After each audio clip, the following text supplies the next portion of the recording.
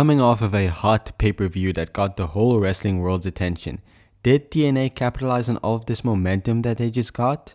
Let's take a look at whether they did that or not on this week's episode of TNA Wrestling. The show opens up with Nic Nemeth celebrating the fact that he's the new TNA World Heavyweight Champion, and he promises to be a fighting champ and bring prestige to this championship.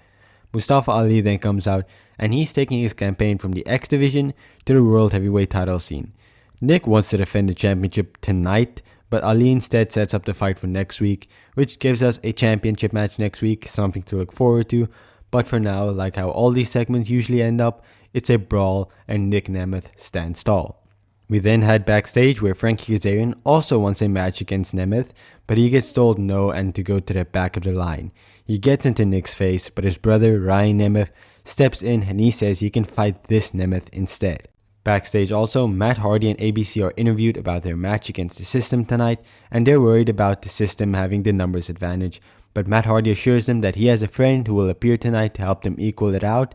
All they have to do is say his name. Now back in the ring, Steve Macklin is upset about the crowd turning on him and he wants their respect. Cody Deaner then comes out and he sets up a fight with him after the crowd chant that they want it. But wasn't Cody Deaner just like a cult leader for the past few years?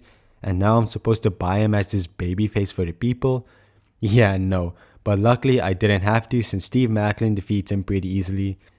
This match had negative aura, but if we're going to try and do something interesting with Steve Macklin, he needs a few wins at least, so it's fine. We then also get a cringy backstage package from Sami Callihan, and what has happened to this dude? Back during the Tesha Blanchard days, he was one of the biggest heels in wrestling, and now he's just another guy on the roster. I don't like this stuff he's doing right now at all, and I hope we can see his former self again back soon, because that was some amazing stuff. And he then has a match against AJ Francis, which he loses after some interference, but this was the right decision. I still don't know how the WWE dropped the ball on Hit Row, since every member right now is doing some amazing stuff, and AJ Francis needs to go after the world title soon because his work right now is fantastic, and I think if you put him in the main event, you'll get a lot of eyes on you. And talking about people who need to get into the main event scene, Hammerstone is an absolute unit and a legitimate future star for this company if they use him right. He teams up with Ash by Elegance to defeat Jordynne Grace and Eric Young, and this winning duo just seems like such a natural pairing with so much chemistry, and I'd love to see TNA run with this thing a little bit more. But now I want to discuss a bigger issue, and that's the Knockouts division. And is it dead? The only Knockouts match we got tonight was in a mixed gender tag team match, and in their last 3 shows they really haven't had anything standing out in the Knockouts division. And I don't want to sound pessimistic, but it feels like this division is really dying. It desperately needs some new life. And if Jordynne Grace is really leaving for the WWE soon, then TNA is in a lot of problem regarding its knockouts. The System is backstage for their usual segment, but nobody wants to talk and it's starting to look like there is some cracks in the system. But in the ring, Josh Alexander comes out and he is here to explain why he did what he did, but he pulls a Roman Reigns, he throws the mic down, leaving the ring without explaining his actions.